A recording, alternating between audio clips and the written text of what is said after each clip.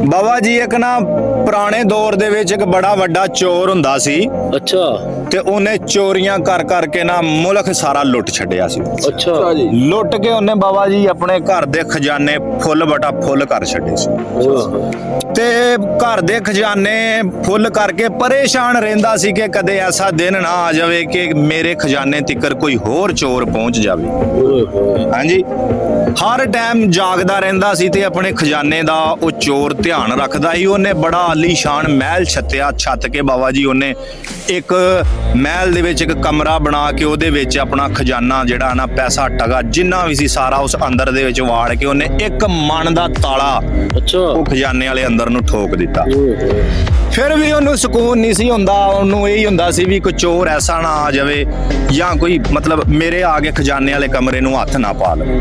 ਉਹ ਰਾਤ ਨੂੰ ਨਾ ਆਪਣੇ ਮਹਿਲ ਦੇ ਚਾਰ ਚਫੇਰੇ ਫਿਰਦਾ ਹੁੰਦਾ ਸੀ। ਅੱਛਾ ਜੀ। ਹਾਂਜੀ, ਖਤਰਾ ਸੀ ਨਾ, ਖਤਰਾ ਸੀ ਵੀ ਕੋਈ ਚੋਰ ਨਾ ਆਵੇ। ਇੱਕ ਦਿਨ ਕੀ ਹੋਇਆ ਕਿ ਇੱਕ ਬੰਦਾ ਚੰਗਾ ਸੀ, ਉਹ ਮਤਲਬ ਗਰੀਬਾਂ ਵਾਸਤੇ ਉਹਨੇ ਵੇਖਿਆ ਕਿ ਮੇਰੇ ਮੁਲਕ ਦੇ ਹਾਲਾਤ ਬਹੁਤ ਮਾੜੇ ਨੇ ਤੇ ਮੈਂ ਕਿਸੇ ਚੰਗੇ ਥਾਂ ਤੇ ਹੱਥ ਮਾਰ ਕੇ ਨਾ ਤੇ ਖਜ਼ਾਨਾ ਲੁੱਟ ਕੇ ਕਿਸੇ ਦਾ ਤੇ ਆਪਣੇ ਮੁਲਕ ਦੀ ਆਵਾਮ ਨੂੰ ਖਵਾਣਾ ਹੈ। ਅੱਛਾ ਹਾਂਜੀ, ਉਹਨੂੰ ਉਹ ਅੱਛੀ ਸੋਚ। ਉਹਨੂੰ ਪਤਾ ਲੱਗਾ ਤੇ ਮਤਲਬ ਵੀ ਆ ਫਲਾਣੇ ਮਹਿਲ ਦੇ ਵਿੱਚ ਨਾ ਇਸ ਬੰਦਾ ਬੜਾ ਇਹ ਪੁਰਾਣੇ ਦੌਰ ਦੇ ਵਿੱਚ ਬੜਾ ਵੱਡਾ ਚੋਰ ਸੀ। ਅੱਛਾ, ਇਹਦਾ ਖਜ਼ਾਨਾ ਮੈਂ ਲੁੱਟ ਲਿਆ ਨਾ ਤੇ ਮੇਰੇ ਮੁਲਕ ਦੀ ਆਵਾਮ ਸੌਖੀ ਹੋ ਜਾਣੀ ਆ। ਇਹ ਮੈਨੂੰ ਦੁਆਵਾਂ ਦੇਗੀ ਸਾਰੀ ਜ਼ਿੰਦਗੀ। ਹਾਂਜੀ, ਉਹ ਭਾਜੀ ਉਹਦੇ ਮਹਿਲ ਦੇ ਕੋਲ ਗਿਆ। ਅੱਗੋਂ ਇੱਕ ਹੋਰ ਚੋਰ ਆਇਆ, ਉਹ ਕੋ ਮਾੜੀ ਮੋਟੀ ਚੋਰੀ ਕਰਨ ਵਾਲਾ ਸੀ। ਅੱਛਾ, ਉਹ ਚੋਰ ਬਾਬਾ ਜੀ ਉਹਨੂੰ ਟੱਕਰਿਆ। ਟੱਕਰ ਕੇ ਉਹਨੇ ਆਖਿਆ ਕਿ ਉਹ ਆਪਸ ਚ ਦੋਵਾਂ ਚੋਰਾਂ ਦਾ ਮਿਲਾਪ ਹੋ ਗਿਆ।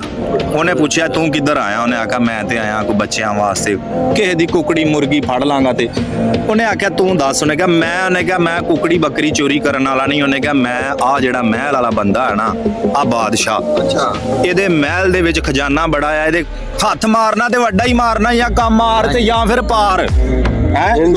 ਉਹਨੇ ਆਖਿਆ ਵੇਖੀ, ਉਹਨੇ ਕਿਹਾ ਜ਼ਿੰਦਗੀ ਇੱਥੇ ਤਲੀ ਤੇ ਰੱਖਣੀ ਪੈਣੀ ਆ। ਉਹਨੇ ਆਖਿਆ ਕੋਈ ਟੈਨਸ਼ਨ ਨਹੀਂ, ਰੋਜ਼ ਰੋਜ਼ ਮਰਨ ਨਾਲੋਂ ਬਿਹਤਰ ਹੈ ਜੇ ਮਰਨਾ ਹੋਇਆ ਇੱਕੋ ਦਿਨ ਮਰ ਜਾਵਾਂਗੇ। ਹਾਂਜੀ, ਉਹਨੇ ਉਹ ਅੱਗੋਂ ਉਹਨਾਂ ਨੂੰ ਉਹ ਬਾਦਸ਼ਾਹ ਜਿਹੜਾ ਆਪਣੇ ਮਹਿਲ ਦੇ ਚਾਰ ਚੁਫੇਰੇ ਫਿਰਦਾ ਸੀ ਉਹ ਵੀ ਟੱਕਰ ਗਿਆ। ਅੱਛਾ, ਉਹ ਵੀ ਉਹਨਾਂ ਨੂੰ ਆਂਦਾ ਵੀ ਮੈਂ ਵੀ ਚੋਰ ਆ। ਅੱਛਾ, ਦੱਸੋ ਕੀ ਕਰਨਾ? ਜੇ ਤਿੰਨੇ ਰਲ ਪਏ ਆਪਸ ਚ। ਉਹਨੇ ਆਖਿਆ ਦੱਸੋ ਕੀ ਕਰਨਾ? ਉਹ ਬੰਦੇ ਨੇ ਆਖਿਆ ਜੀ ਆ ਮਹਿਲ ਦੇ ਵਿੱਚ ਜਿਹੜਾ ਖਜ਼ਾਨਾ ਆ ਨਾ ਬਾਦਸ਼ਾਹ ਦਾ, ਇਹ ਲੁੱਟਣਾ। ਉਹਨੇ ਆਖਿਆ ਵੀ ਉਹ ਕਿਉਂ ਲੁੱਟਣਾ ਆ? ਉਹਨੇ ਆਖਿਆ ਜੀ ਯਾਰ ਮੁਲਕ ਦੀ ਆਵਾਮ ਮਰਨ ਦੀ ਆ ਭੁੱਖੀ।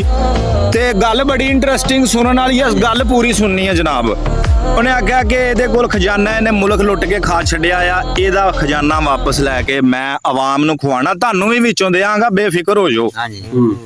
ਹੁਣ ਬਾਦਸ਼ਾਹ ਨੇ ਆਖਿਆ ਵੀ ਮੈਂ ਵੇਖਾਂ ਤੇ ਸਹੀ ਇਹਦੇ ਕੋਲ ਕਿਹੜੀ ਐਕਟਿੰਗ ਆ, ਇਹ ਮੇਰਾ ਖਜ਼ਾਨੇ ਤੱਕ ਪਹੁੰਚ ਸਕਦਾ। ਉਹਨੇ ਕਿਹਾ ਮੈਂ ਵੇਖਾਂ ਤੇ ਸਹੀ। ਉਹਨੇ ਪੁੱਛਿਆ ਬਾਦਸ਼ਾਹ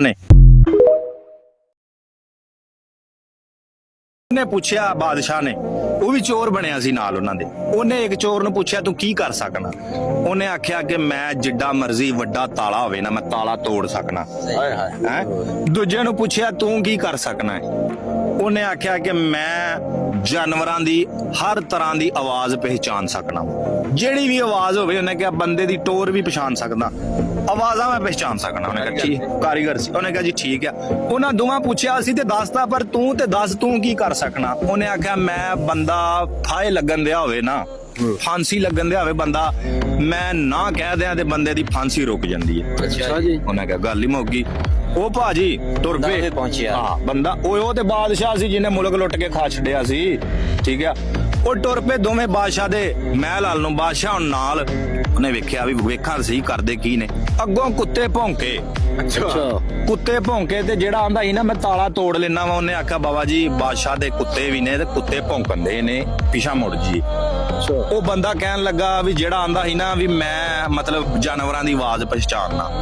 ਉਹਨੇ ਆਖਿਆ ਕਿ ਕੁੱਤੇ ਇੱਕ ਦੂਜੇ ਨੂੰ ਕਹਿੰਦੇ ਨੇ ਕਿ ਚੋਰ ਆ ਗਏ ਨੇ, ਤੇ ਇੱਕ ਕੁੱਤਾ ਕਹਿੰਦੇ ਆ ਵੀ ਨਾ ਭੌਂਕੋ, ਚੋਰਾਂ ਦਾ ਮਤਲਬ ਮਹਿਲ ਦਾ ਮਾਲਕ ਵੀ ਨਾਲ ਹੀ ਏ। ਉਹਨੇ ਆਖਿਆ ਦੱਸੋ ਸਾਡੇ ਤਿੰਨਾਂ ਦੇ ਵਿੱਚੋਂ ਬਾਦਸ਼ਾਹ ਕਿਹੜਾ ਹੈ? ਸਾਇੰਸਦਾਨ। ਹਾਂ, ਬਾਦਸ਼ਾਹ ਹੱਕਾ ਬੱਕਾ ਰਹਿ ਗਿਆ। ਉਹਨੇ ਕਿਹਾ ਐਡਾ ਸਿਆਣਾ ਬੰਦਾ। ਉਹਨੇ ਕਿਹਾ ਵੀ ਜਿਹੜਾ ਕੁੱਤੇ ਦੀ ਆਵਾਜ਼ ਪਹਿਚਾਣ ਗਿਆ ਹੈ ਬੰਦਾ ਪਹੁੰਚਿਆ ਬੰਦਾ ਪਹੁੰਚਿਆ। ਉਹ ਬੰਦੇ ਦਾ ਮਕਸਦ ਸੀ ਵੀ ਮੁਲਕ ਨੂੰ ਫਰੀ ਦਾ ਖਵਾਣਾ ਆ ਬਾਦਸ਼ਾਹ ਦਾ ਲੁੱਟ ਕੇ। ਬਾਦਸ਼ਾਹ ਉਹਨਾਂ ਦੇ ਨਾਲ ਟੁਰਦਾ ਗਿਆ, ਅਖੀਰ ਬਾਦਸ਼ਾਹ ਦੇ ਖਜ਼ਾਨੇ ਤਿੱਕਰ ਉਹ ਸਿਕਿਉਰਿਟੀ ਗਾਰਡਾਂ ਨੂੰ ਧੋਖੇ ਦੇ ਦੂ ਕੇ ਝਕਾਨੀਆਂ ਪਾ ਪੂ ਖਜ਼ਾਨੇ ਦੇ ਅੰਦਰ ਤਿੱਕਰ ਪਹੁੰਚ ਗਏ। ਜਿਹੜਾ ਮਨ ਦਾ ਤਾਲਾ ਲੱਗਾ ਸੀ ਉਹ ਤਾਲਾ ਤੋੜਨ ਵਾਲੇ ਨੇ ਤਾਲਾ ਤੋੜਿਆ ਹੈ। ਉਹ ਮਾਲ ਲੁੱਟਣ ਲੱਗੇ ਤੇ ਬਾਦਸ਼ਾਹ ਉਹਨਾਂ ਨੂੰ ਝਕਾਨੀ ਦੇ ਕੇ ਆਪਣੀ ਫੌਜ ਚ ਗਿਆ। ਉਹਨੇ ਜਾ ਕੇ ਆਖਿਆ ਇਹਨਾਂ ਨੂੰ ਫੜ ਲਓ। ਅੱਛਾ ਉਹਨਾਂ ਨੂੰ ਫੜ ਲਓ। ਫੜ ਲਏ ਭਾਈ ਉਹਨਾਂ ਨੇ, ਫੜ ਕੇ ਭਾਜੀ ਉਹਨਾਂ ਨੇ ਉਹ ਅੰਦਰ ਦੇ ਦਿੱਤੇ ਜੇਲੇ। ਅੱਛਾ ਤੇ ਜੇਲੇ ਦੇ ਦਿੱਤੇ ਤੇ ਉਹਨਾਂ ਨੂੰ ਬਾਦਸ਼ਾਹ ਨੇ ਆਖਿਆ ਵੀ ਇਹਨਾਂ ਨੂੰ ਫਾਂਸੀ ਦੇ ਫੰਦੇ ਤੇ ਟੰਗ ਦਿਓ। ਹੈ ਉਹਨਾਂ ਆਖਿਆ ਕਿ ਤੈਨੂੰ ਤੇ ਅਸੀਂ ਆਪਣੀਆਂ ਸੱਚੀਆਂ ਗੱਲਾਂ ਦੱਸੀਆਂ ਹੀ, ਜੋ ਦੱਸੀਆਂ ਹੀ ਪੂਰੀਆਂ ਕਰਤੀਆਂ। ਹੁਣ ਅਸੀਂ ਫਾਇਲ ਲੱਗਣ ਦੇ ਆ, ਹੁਣ ਤੂੰ ਹਾਂ ਨਾ ਦਾ ਜਵਾਬ ਤੇ ਦੇ, ਸਾਨੂੰ ਫਾਂਸੀ ਤੋਂ ਦਿਲਵਾ। ਉਹ ਬਾਦਸ਼ਾਹ ਨੇ ਆਖਿਆ ਕਿ ਨਾ ਦਿਆ ਜੇ ਫਾਂਸੀ ਇਹਨਾਂ ਨੂੰ। ਉਹਨਾਂ ਦੀ ਫਾਂਸੀ ਕੈਨਸਲ ਹੋ ਗਈ। ਪਰ ਬਾਦਸ਼ਾਹ ਬਾਦਸ਼ਾਹ ਨੇ ਵੀ ਆਪਣੀ ਗੱਲ ਪੂਰੀ ਕਰਤੀ। ਪਰ ਬਾਦਸ਼ਾਹ ਨੇ ਉਹਨਾਂ ਨੂੰ ਪੱਕਾ ਜੇਲ੍ਹ ਦੇ ਵਿੱਚ ਤੁੰਨ ਦਿੱਤਾ। ਬਾਦਸ਼ਾਹ ਨੂੰ ਪਤਾ ਲੱਗ ਗਿਆ ਵੀ ਜੇ ਬਾਹਰ ਨਿਕਲ ਗਏ ਇਹਨਾਂ ਮੇਰਾ ਚੋਰੀ ਦਾ ਖਜ਼ਾਨਾ ਛੱਡਣਾ ਨਹੀਂ। ਹਾਂਜੀ ਬਾਦਸ਼ਾਹ ਆਖਿਆ ਕਮ ਸੇ ਕਮ ਇਹਨਾਂ ਦੀ ਵਜ੍ਹਾ ਤੋਂ ਇਹਨਾਂ ਨੂੰ ਮੈਂ ਜੇਲੇ ਡੱਕੀ ਰੱਖਾਂਗਾ ਤੇ ਦੂਜਿਆਂ ਚੋਰਾਂ ਨੂੰ ਵੀ ਖਤਰਾ ਰਹੇਗਾ ਵੀ ਮੇਰੇ ਖਜ਼ਾਨੇ ਤੱਕ ਜੇ ਪਹੁੰਚੇ ਤੇ ਇਹ ਹੀ ਹਾਲ ਹੋਣਾ ਹੈ ਜੋ ਇਹਨਾਂ ਦਾ ਹੁੰਦਾ ਆ। ਹਾਂਜੀ ਗੱਲ ਇਹ ਆ ਕਿ ਚੋਰ ਜਿਹੜੇ ਤਰਗੜੇ ਨੇ ਉਹ ਚੋਰ ਹੀ ਹੁੰਦੇ ਨੇ। ਨੇਕੀ ਦਾ ਕੰਮ ਕਰਨ ਵਾਲੇ ਬੰਦੇ ਨੂੰ ਹਮੇਸ਼ਾ ਜ਼ਲਾਲਤਾਂ ਭੁਗਤਣੀਆਂ ਪੈਂਦੀਆਂ। ਹਾਂਜੀ ਗੱਲ ਦੀ ਚੱਸ ਨਾ ਆਈ ਹੋਵੇ ਤੇ ਭਾਜੀ ਦੱਸਿਆ ਜੀ। ਸਵਾਦ ਆ ਗਿਆ। ਹਾਂ।